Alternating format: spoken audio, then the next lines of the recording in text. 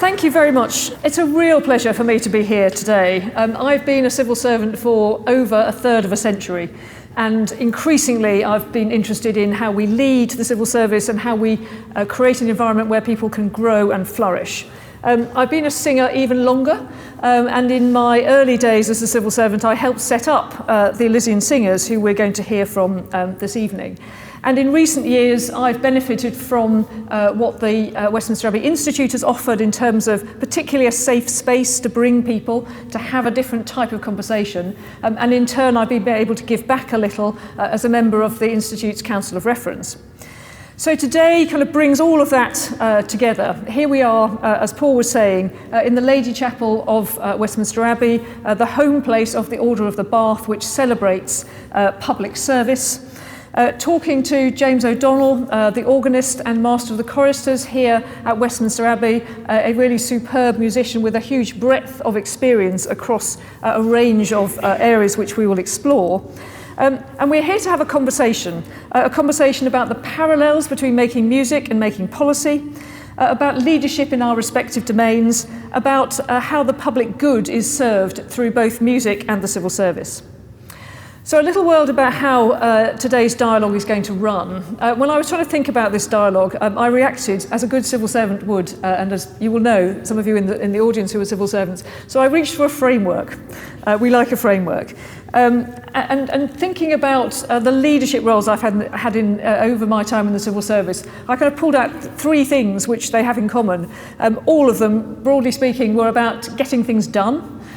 They were all about making things happen through people, and they were all about connecting with the world outside. Nothing that we do as the civil service, whether we're making policy or delivering services to people, has any validity really unless we're connecting with the outside world. And there are parallels for each of these in music. So there's a parallel for getting things done in interpreting music. There's a parallel for making it happen through people, turning the notes into performance via a group of musicians. And there's a parallel with connecting with the world outside in the effect that music can have on the audience. So I think the framework could apply. There's a good question about whether or not it's the framework that a musician would choose to represent their world, and that's something that we will come back to.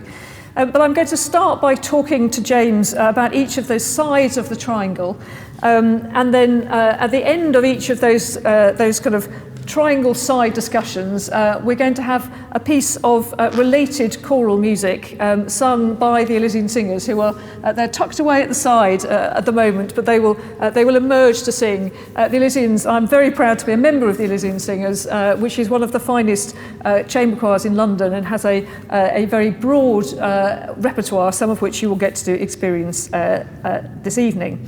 And then we'll gather the threads, having talked about the three sides of the triangle, we'll gather the threads together and open the discussion out more broadly to all of you in the room. So, James, it's lovely to be having this conversation. We've had a few kind of preliminary conversations, but we've tried to make sure that we haven't covered too much of the ground so that we won't, we will have new things to explore.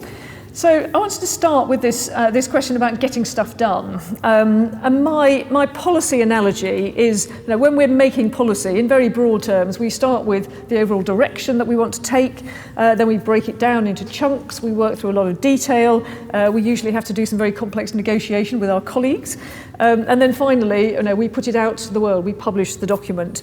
And I suppose my first question to you is, how does that work? Is there a similar process when you're thinking about music? I think so, and obviously it's not the same as running a government department, or it's its own specific kind of field. But getting the stuff done can, of course, work on several levels. So if you're a composer and somebody has commissioned you to write a piece, then you have to give an awful lot of thought to what that might be. I mean, sometimes there's quite a specific brief. And often composers are very pleased to have a specific brief, because otherwise they're left with a blank sheet of paper and a bit of a blank brain and time pressure. So a specific brief can really narrow down a range of options in quite a creative way. So far from being restrictive, quite a lot of composers that I have worked with, I'm not a composer, in any meaningful sense of that word, but quite a lot of the composers I have worked with have actually said, please could you give me a little bit more of a steer on what you actually want. So the getting the stuff done can start on that kind of level, and then there's the actual delivery of it. And again, people work in their own different ways. I mean, in the arts, there isn't a prescribed way of doing something. And one of the great things about being in the arts is the fact that there isn't a prescribed way of doing something. And somebody can be taught, for example, the great sort of the French academic painters were terribly restrictive at some point when they said this is the only way you can paint a picture, and that person didn't paint like that, so he is out of the scheme of consideration. He's anathema, and he isn't obeying the rules. And there are all kinds of musical equivalents of that at various points in history. But now I think we're in a very eclectic world where the stuff is almost anything that anybody decides that they would like it to be. So from the compositional point of view, enormous variety. From the performing point of view, there is a huge level of debate about how you actually go about performing music. What it is to perform a music. Is a piece of music until it's performed? Is it fully a piece of music? I can give you a copy of the score of a Beethoven symphony. In what sense is that copy a piece of music? Until it's played. And there's a sort of philosophical question about the actuation of what the stuff actually is. But the performance of it and how to go about preparing a performance, again, there's a huge variety of approaches. One of the interesting things recently has been the debate, and when I say recently, in the last few decades, has been the growing debate about historically informed performance and what that means. And at various early stages of this, I think we've sort of come through this now, but not so long ago, there were people who thought that the text of the music, the sort of the stuff of the music, as it were, was in itself an inviolable sort of authoritative thing that was almost fetishized. You couldn't depart from the text at all. You couldn't play your instrument in a way that hadn't been set down in a treatise by an 18th century flautist or an early 19th century cellist or something like that. You had to do exactly the permission to perform and to come at the material came from other people's thinking. And it rather took away the individual's approach, the individual musician's approach to the music. I mean, you're actually doing something that somebody else has programmed you to do, or you have informed yourself in a variety of ways about the programs that are there and sort of selected them without thinking that you're doing that, because if you read something you don't like about how to perform a piece of music, for example, you might perhaps look for another treatise which says something a bit more to your taste. So there are all kinds of layers of this kind of coming at things. And just thinking about in that world where music becomes quite inviolable, how do you get evolution? Because in the same way, in the policy space, sometimes you get a very gradual evolution where things build on other things, and then sometimes you get a big break and a kind of radical new departure. How does that work in music? There are equivalents. I mean, there are people who have suddenly presented the world, the musical world, with an extremely new approach to something, often something old. For example, the way we sing. Again, there are schools of singing, and sometimes they can be quite prescriptive of the sound you make. I'm always interested when I go to Germany and I hear a choir in Germany. I can always tell it's a German choir just by the style of singing. There's a sort of way that they sing, and I've spoken to German choir masters about this. There's a way that you approach it. But sometimes people will say, well, this is my vision for how I want this music to sound. And it can be quite shocking. I remember the first time I ever heard a countertenor. That That took me a while to get over that one. And there are some singers who, again, specialise in early music, who sang in a very kind of unusual way, without any vibrato, almost in a provocative way. This is different music, and it doesn't come from a kind of an evolved, developed accrual of performance practices and traditions. It's something that I've rethought and completely sort of reinvented. And the basis for that could be something historic. It could be some research. It could be based on a variety of different sources, or it could be based on personal creative imagination. Great, and I think that's a lovely moment to have our first piece of music. The pieces that we are hearing today have been chosen by Sam Lawton, the director of the Elysians, to reflect the sides of the triangle that we're talking about. And I think there's an obvious connection with what James has just been saying. So the first piece is Judith Weir's "Love Bade Me Welcome." And Sam's described this as a composer getting stuff done by writing very precisely to her brief, taking a famous poem already full of religious allegory and adding just enough music to bring it further to life without overburdening it. So we'll hear from the choir. Thank you very much indeed for that.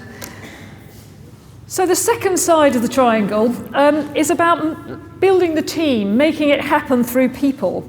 And I'm particularly interested in what happens when we're working through people where we don't have a shared background, where we couldn't do their job. And I'm thinking back to a time when I took over responsibility for rail. I knew very little about rail, and I suddenly found myself in charge of a team of rail experts and commercial specialists where there was absolutely no way that I could take over and do their job, even if I'd wanted to. And it really made me think about what was the way in which I could add value to what other people were doing.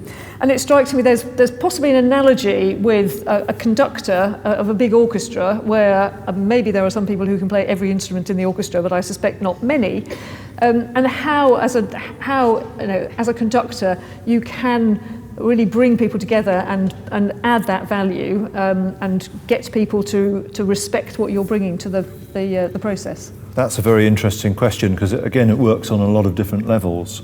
I mean, there are quite a lot of musicians who couldn't possibly tell you what a conductor's for. They think they're a complete waste of space. There's a very funny story of the chap arriving late for a leader of an orchestra arriving late for a rehearsal in some town. He said, "I'm terribly sorry, I was leading a concert for Sir somebody at Birmingham, and there was bad traffic." He said, "Oh, yeah, so..." oh no, he didn't mention the name. That's what he said. I was leading a concert of the Brahms Requiem, and somebody said, "Oh, who was conducting?" He said, "I don't know, I never looked." So, sorry, I ruined my own story. There we are. But there we are. It doesn't stop it being good or true. But what are you trying to do as a conductor? I mean, that's a terribly difficult question to answer, because at any given moment of a piece, you're trying to do something else, and at any given moment of a rehearsal, or a rehearsal process, or a planning process, you're trying to do something different. So quite a lot of the time, you don't consciously think about what you're doing. And I suspect that is quite a difference between doing a sort of more administrative job where there is an absolutely kind of clear agenda. Whereas you see, when you're conducting, let's say, a Beethoven symphony, to take something that isn't in my personal sort of orbit of music, there isn't a clear agenda. I mean, there are the notes and there is the orchestra, but the agenda is whatever you think it needs to be, and nobody says you've got to do it like that or like this. The players will play in the way that they think it should go, or the way that they're used to playing, or in a sort of safe general purpose kind of way, until they get some signals to disabuse them of that. So the kind of signals a conductor gives are, I mean, people say it's all about conducting technique, and it is partly about that. The sorts of signals a conductor gives are personality signals, often. And they're not verbal. It's not about what you say in a rehearsal. Some very, very eminent and wonderful conductors hardly said anything in a rehearsal at all, and hardly conducted, really. It was about it's about something in the middle, which is almost indefinable. So of course you can study the skill and the craft of conducting, and you do need to know how to communicate these things. But actually the communication is on a very, very difficult to describe level, I think. And you have to, sorry, to go to the other point you said about being faced with a lot of people. Of course, very few conductors can play all the instruments, but actually quite a lot of conductors can't play any of them at all. And so what are they doing? You can't say, would you please play like that, or would you please play? You have to give more of a sense of context and more of a sense of everybody coming together and doing things that fit in to a shape. And again, it's a moulding thing, it's a constantly changing organic process. It's very difficult to define. And the other thing is, if you conduct a piece, let's say you conduct Beethoven's Fifth Symphony, to just make a crass example, when you're a 20-year-old at university with your college orchestra, could be quite good in many ways. When 10 years later you'll conduct it with a different kind of orchestra, you have done 10 years of music between that performance, the first one, and 10 years of study and 10 years of being more mature and growing up as a musician. What you do in 10 years' time, or 5 years, or whatever it is, after the first time is going to be totally different, and similarly again and again and again. So going back to the same point, you're not going to be the same person, and your leadership will be different, and your interaction will be different. So it's a very complicated. Yeah, and that's a really interesting point. The other thing I just want to explore briefly is the difference between what's often a lot of the musical employment world is quite transient. You're booked to do a particular series of concerts, and then you stop doing that.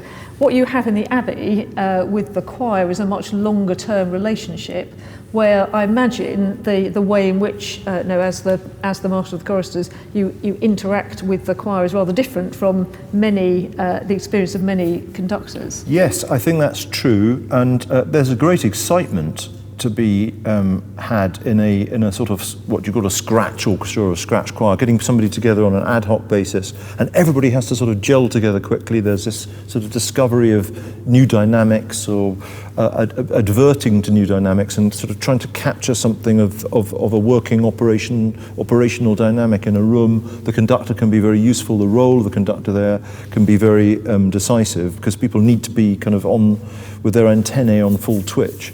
In a longer term relationship, in a context like this, or something like an orchestra where the same conductor, I'm thinking of Halle, for example, with Sir Mark Elder, or Birmingham with Simon Rattle some years ago, very long-term relationship where there's a deepening from day to day, and a continuity, and it's a different kind of dynamic. Both are very valid, I think, and both are very exciting, and it's quite good to try to get a little bit of each into both, I think, somehow. And do you feel you have a responsibility for people's kind of long-term musical development in a choir? Well, certainly when I'm here training the boys, there's a very, very fast track musical training here. It's not just about, in my view, it's not just about choral training and vocal training. That's the ostensible surface of it. It's really about training musicians, and to be a good musician in an ensemble, you have to learn how to be a person in a setting with other people. You have to be sensitive enough to breathe with them and predict what they're going to do. It's like playing in a football team or being in a kind of very complicated social environment. It's very, very much more than just about musical skill. So there is that training. One is training the boys here. From the point of view of the professional musicians, I take the responsibility of an employer and a director of music. I'm not the employer, of course. I'm just a director of music. But I take the responsibility of training and nurturing very carefully, very, very seriously. So I'm very, very keen that people look after their voices, that they keep doing things that are interesting and bring them further along, help the development of their musicality in their career. And so I think all of these things go into the mix. So yeah. Lovely. So I think we'll hear from the choir again. I'm just struck by the analogies there with leading any group of people, where it is very much about the whole. It's the whole person, and we spend lots of time, particularly trying to think about well-being and the broader context. So getting away from you just come to work to do something, but actually, how do we grow and nurture people with lots of similarities. So the next piece we're going to hear is Antonio Lotti's Crucifixus. At 8, a classic example of building a team in sound by gradually adding each of 8 parts in turn, each one adding a slightly different perspective to the existing sound.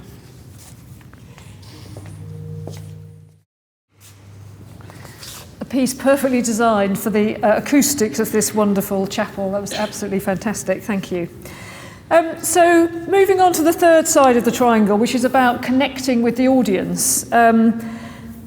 As I said at the beginning, most of public policy only really exists when it comes into contact with people. You can do things in the abstract, but they don't really have meaning.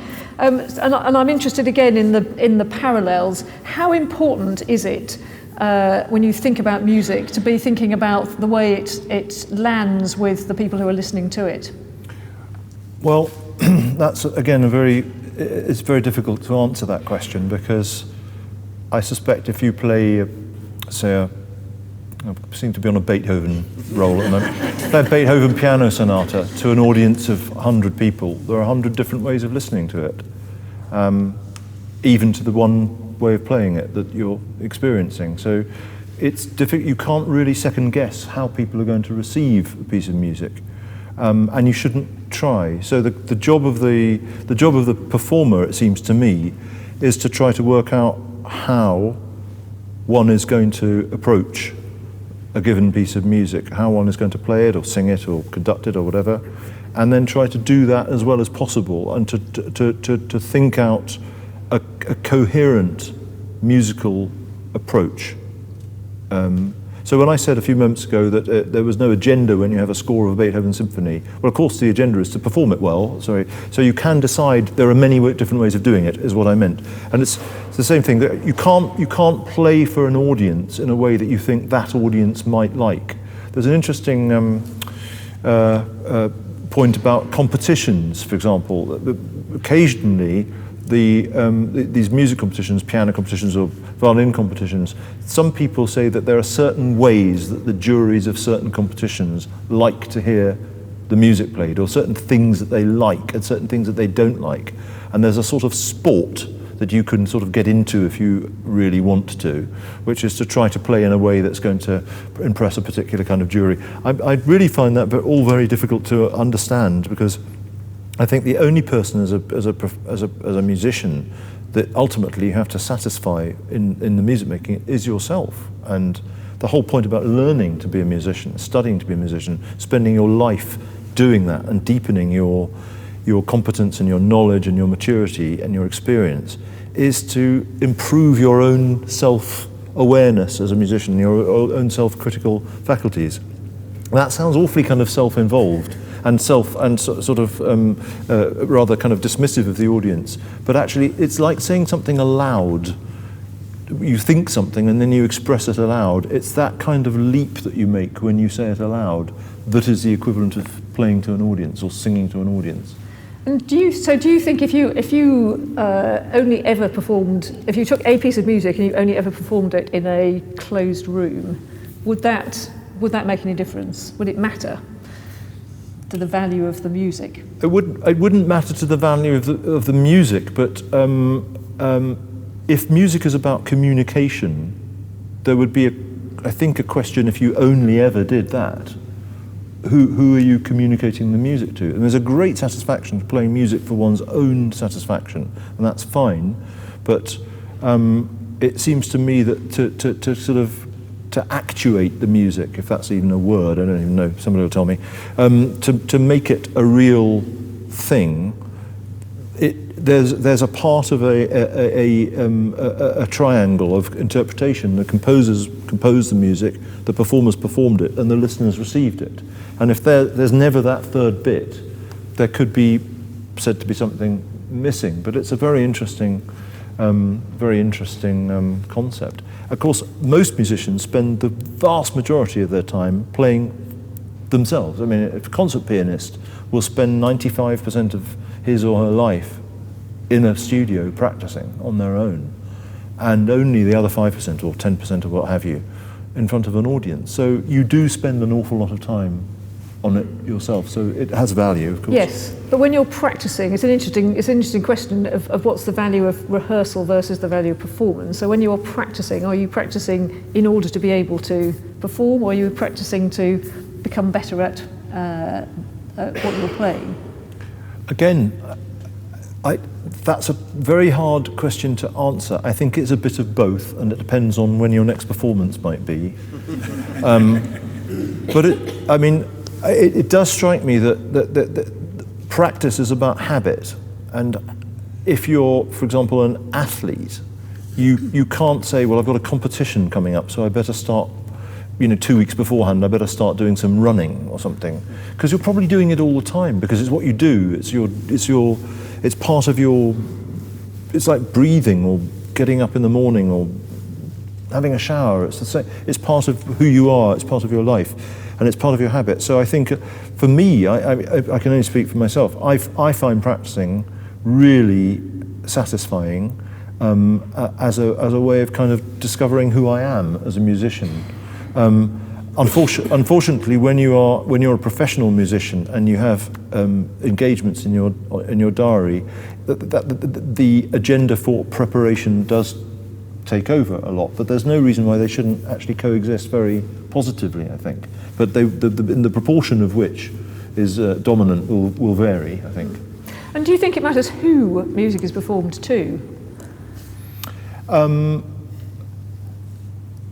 You mean as in different sorts of audiences? Yes, Or, yeah. I'm conscious that the audience for some types of music is quite narrow, and so there's quite an interesting question of whether we should be adjusting the music to suit the audience or try to educate a wider range of people to be interested in different types of music. Yeah, that's a really difficult thing, because ultimately, very full of difficult questions.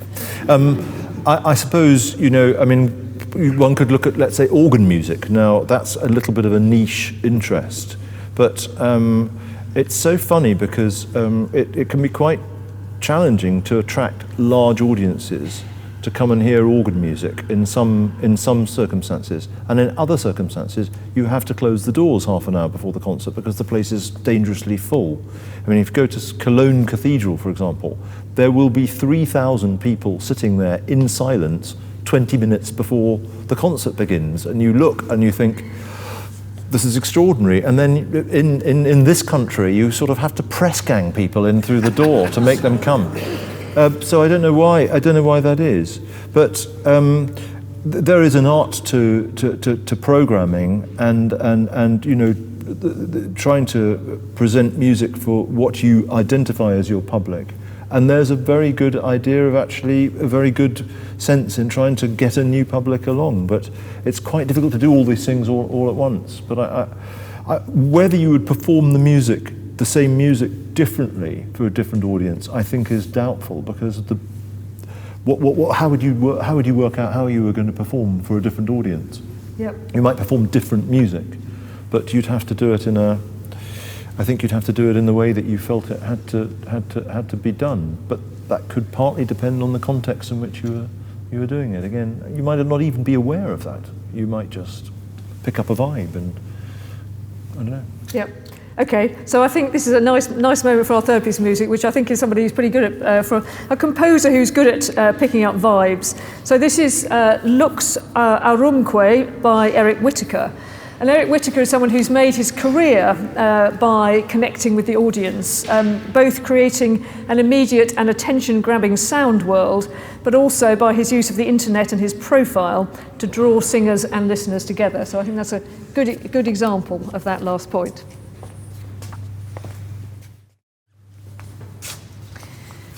Thank you again, and we'll be hearing, we have one last moment from the Elysians at the end. But we've been on a journey around the three sides of the civil servants triangle. We've talked about getting stuff done, we've talked about making it happen through people, and we've talked about connecting with the audience. So I think we've established that the three elements of the civil servant's triangle do have parallels in the musical world, but there's a question about whether they make a good musician's triangle, or whether, if you think about the most important elements of the musical life, it would be a slightly different selection. Yes, well, I would suggest that there isn't a triangle in a musician's life. It's more triangles. It's more like a kind of circle, and you keep working out where you are on it, and finding out that it's a bigger circle than you thought it was. It's very tricky, but I mean, I think being a musician isn't about just doing music. I think it is about being a musician. It's a being rather than a doing thing, if that doesn't sound too sort of highfalutin. Because, I mean, actually there's an imperative to making music for a musician, or I think there should be, and it's something that you shouldn't be able to not do, ideally. So in my at various stages of my career, I've thought, not recently, of course, but I've occasionally thought, well, should I really be doing this? And perhaps I should do something else. And then I come back to the conclusion, the inescapable conclusion, that I have to do it, and that I couldn't really do anything else, and not because I couldn't, but because I personally couldn't do that. It's so aligned with how I am. So I feel very much that there is a sort of there's almost a vocational element to being a musician. Now there is a vocational element in public service. I know that, and many other professions, but it's something that I think goes really very, very deep for a musician. So trying to kind of say, well, these are the things that we do. There are so many things, and that some of them are very difficult to put a name to, I think.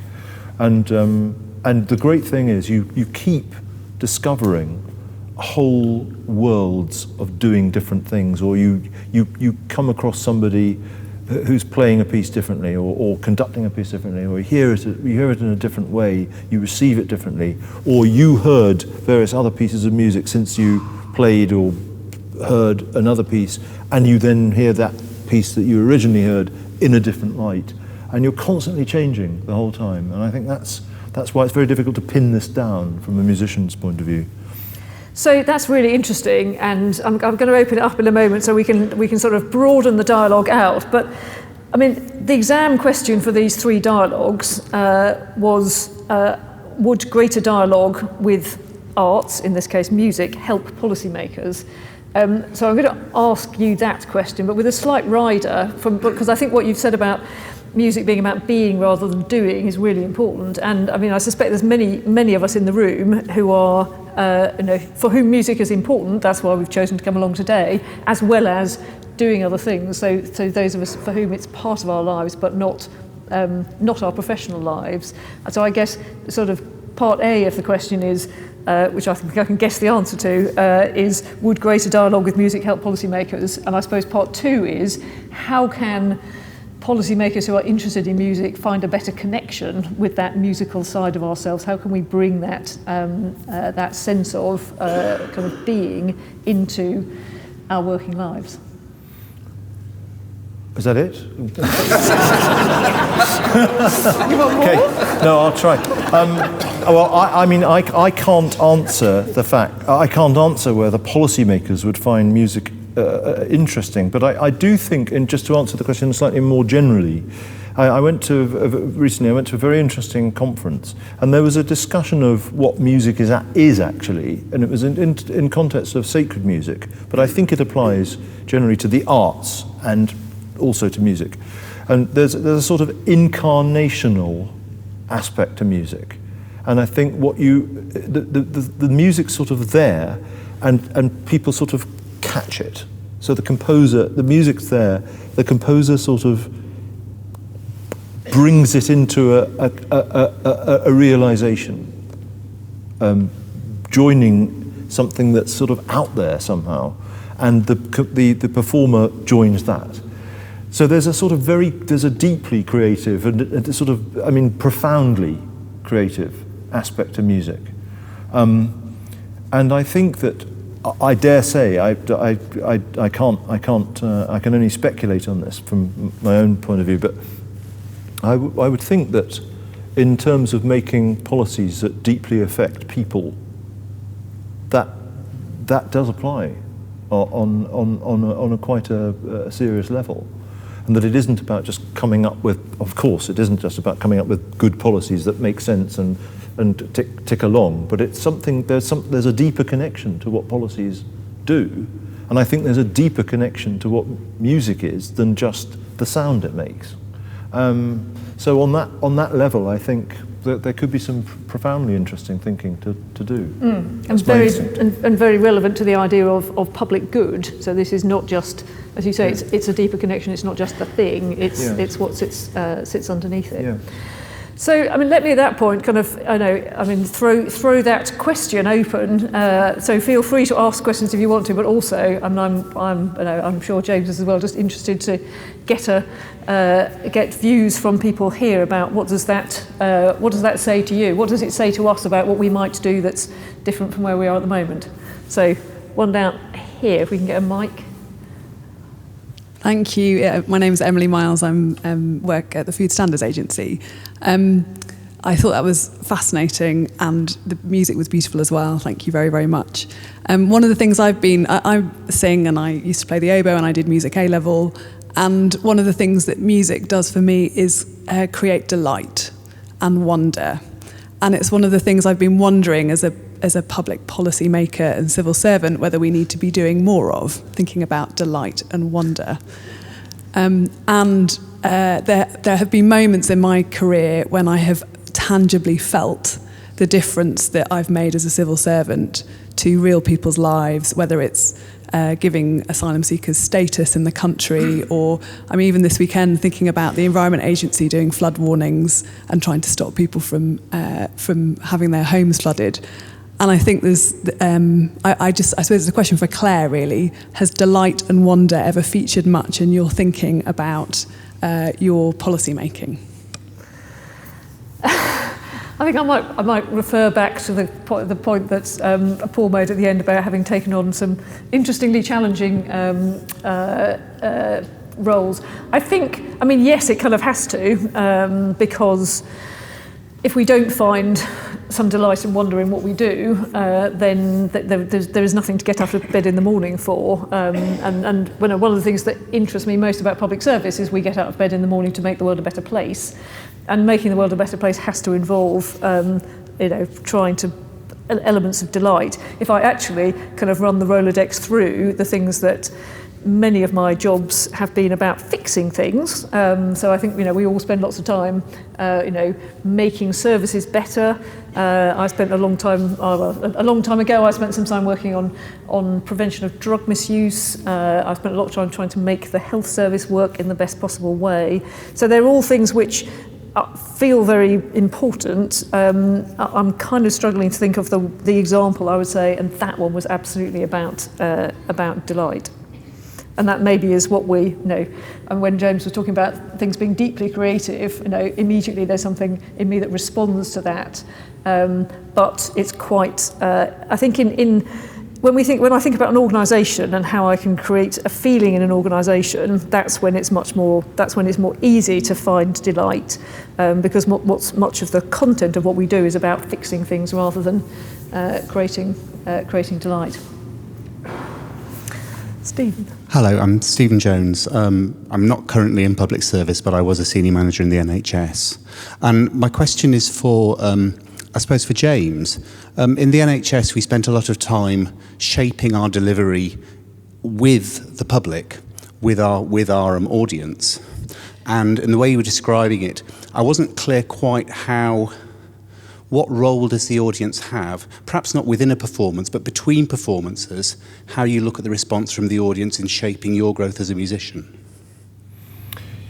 Yes, and I'm aware that I might have underplayed the role of the audience in my comments, which was not deliberate. if I were to, I think anybody who's performed a piece of music in front of an audience or with an audience gets gets a huge amount of energy from the audience. It's a dynamic relationship. I think listening is a deeply active thing.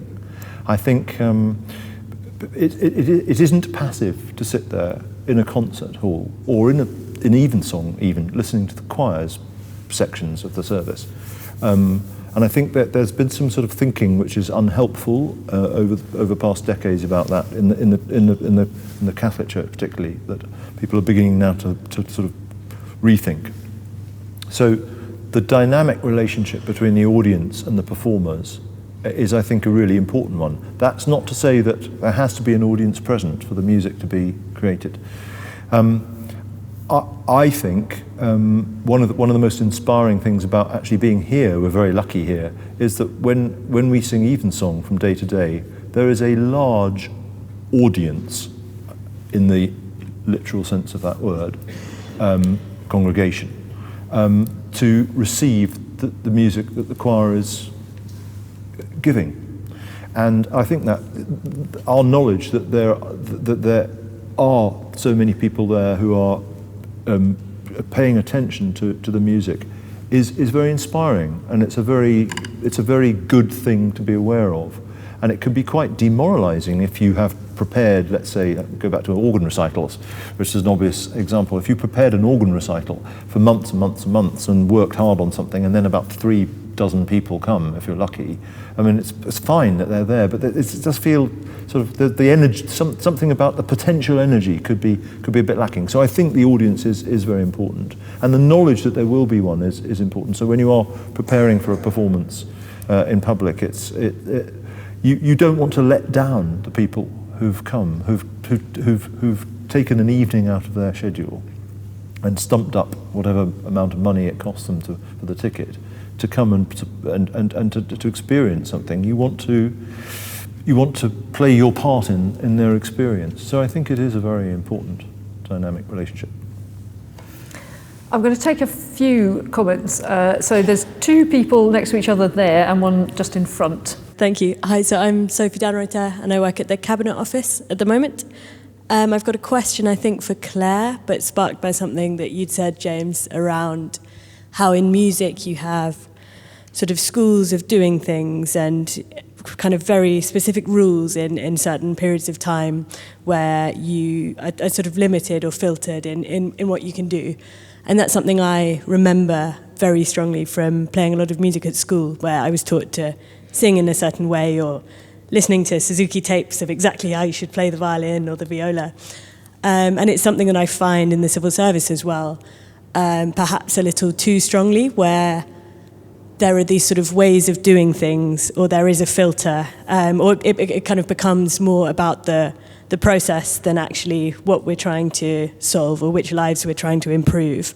And I wondered, Clare, what your thoughts are on what we as civil servants can do to kind of push through all that and think even more about what it is that we are trying to achieve and what changes we want to make, and almost kind of see through best practice or submission formulas and those sorts of things.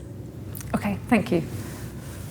Hello, I'm Edward Orlick. I'm a civil servant in the Cabinet Office as well. I've been as public servant for 4 years now. Had I been learning the violin for 4 years, I'm sure there's no way that James would let me anywhere near an orchestra that he has anything to do with. But I do have a role in public service.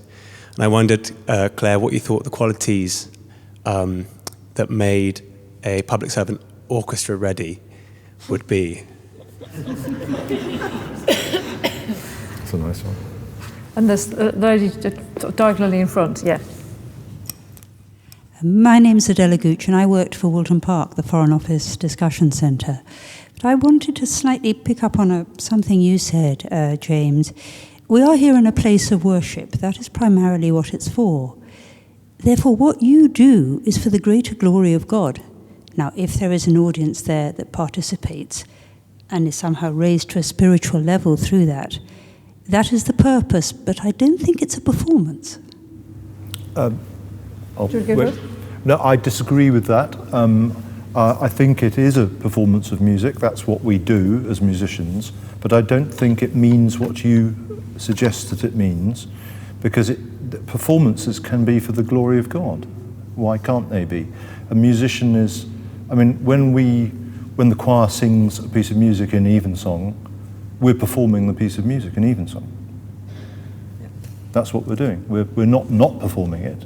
So there's no pejorative concept of performance in my view. Sometimes people do use that pejoratively in the context of sacred music. But as I say, I don't agree with that. I quite agree with you that what we do is for the glory of God. But to train a musician, to take part in a performance of a musical work in the context of worship is, I think, deeply glorifying and uplifting for people. So I think the two things live together, in my view. Let me try and pick up the other two questions. So the first one about what is it, how do we break out of tram lines, in a sense? And I think I think a lot of it is just deciding that we can. There is there are some things which we need to do to a high standard of rigour, because we do, the part of the thing about being a public servant is that we're held to account and we have to be able to justify the decisions that we make. And so there are some things where I would defend to the hilt the necessity to do things right. There are an awful lot of other things which we do in the same way because that's what we're used to. And almost all of those, my slightly heretical view on this is they can be deconstructed and we can do them another way.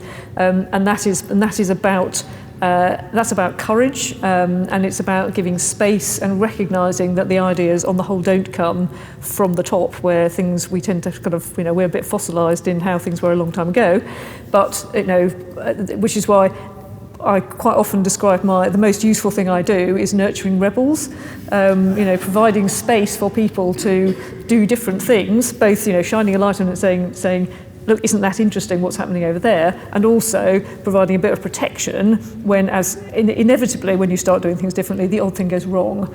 And just being there to pick up, to sort of go, no, it's okay. The fact that one thing's gone wrong over here doesn't mean that we can never try an experiment again. And I do think that is the job of senior leaders, but it's a slightly one end of the spectrum, shall we say. And in terms of what makes a public servant orchestra ready, I think that's a really interesting question.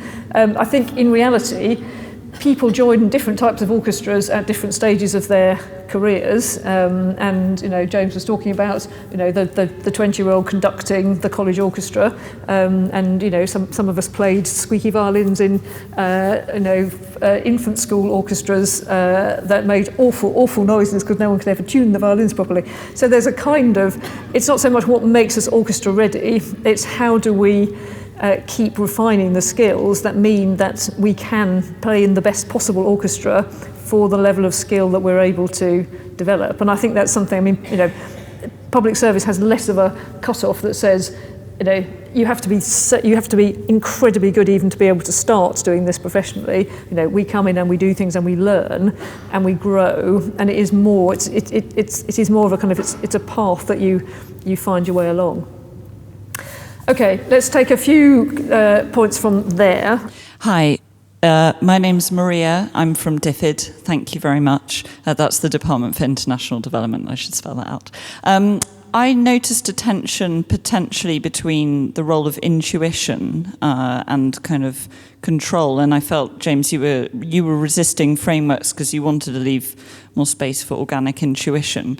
But I guess in music there are a range of frameworks, for example, the actual written music, or even in jazz you'd have some sort of framework.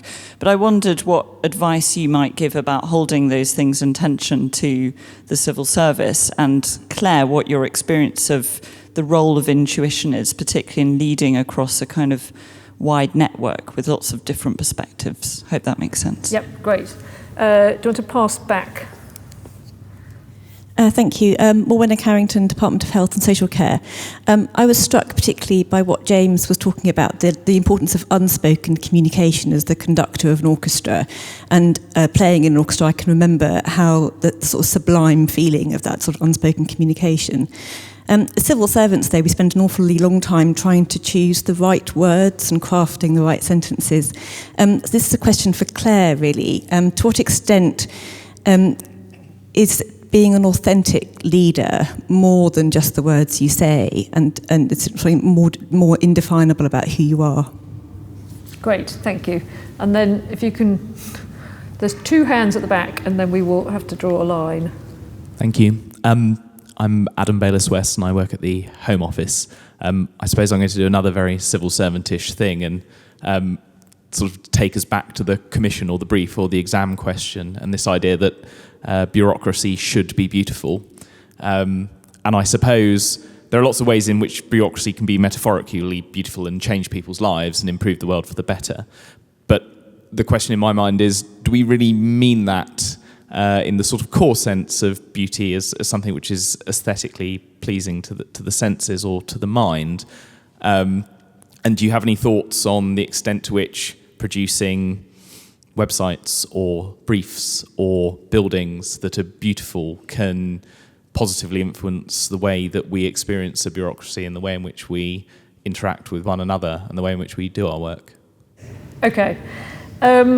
So let me have a go at intuition and authenticity. I might then get James to have a first go at beauty, because it's a really, really difficult question, and I'm asking the difficult questions, not answering them.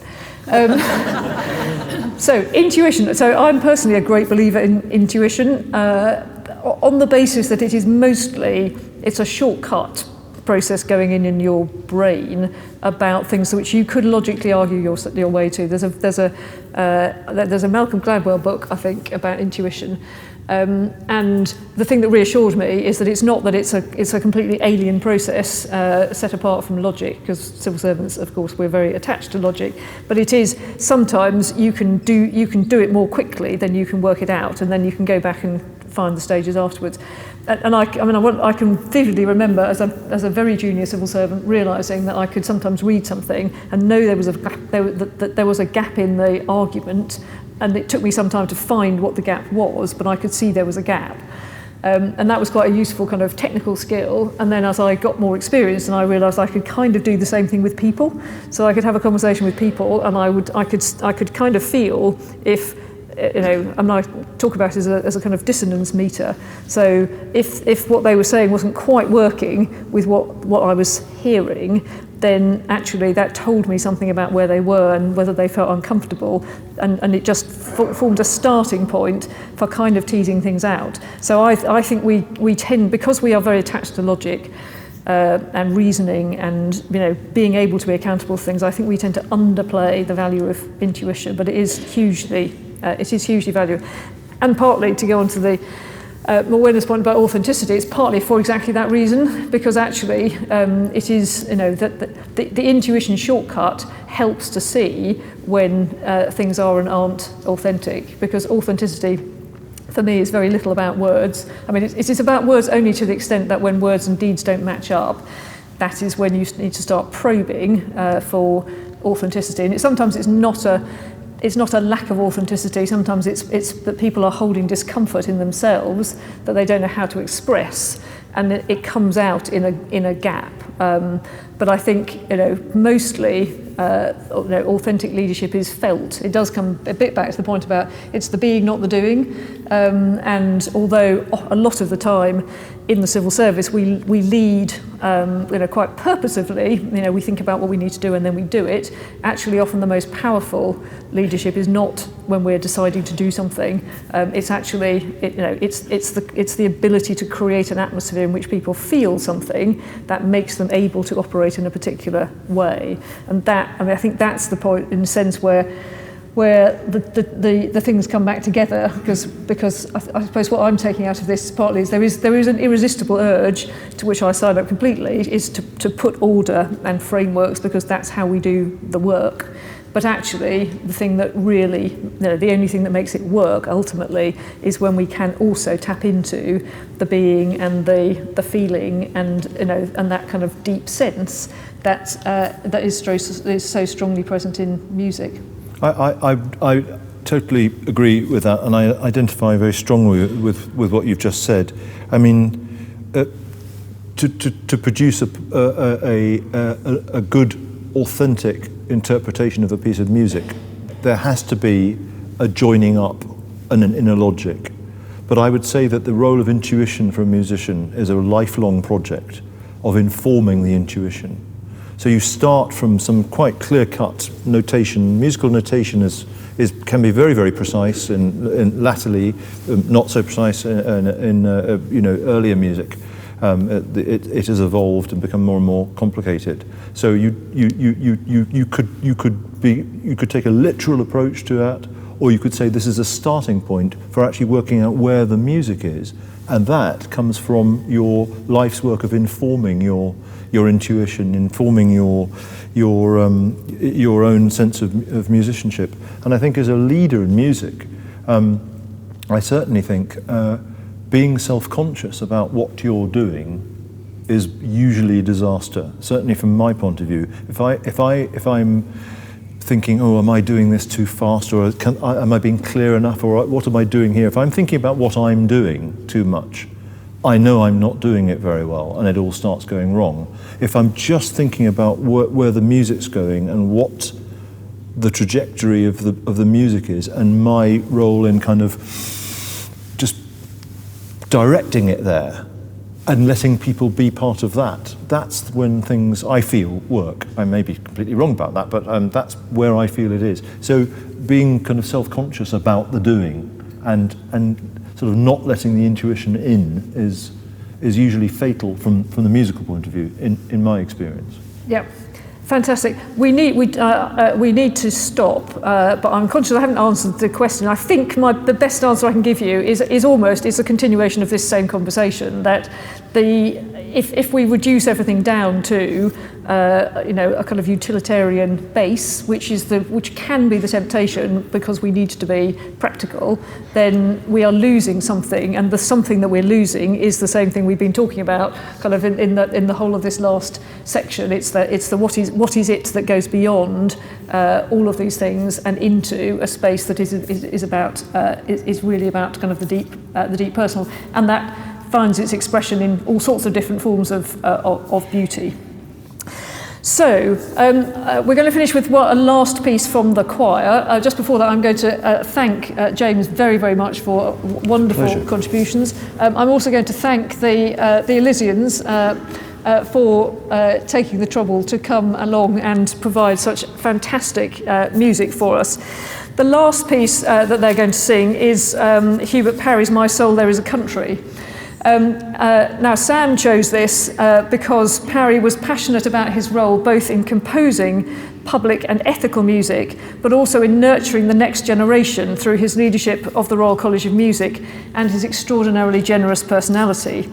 But it's also a particularly suitable choice for today's subject. So I first sang My Soul, There Is a Country when I was at university. When I told my parents, they said, oh, but that's the civil servants' anthem. Because it has a line in it about commanding the beauteous files. So it is, for me, a piece forever associated with the civil service, and definite proof, if such was needed, that bureaucracy can indeed be beautiful. I give you the Elysian Singers.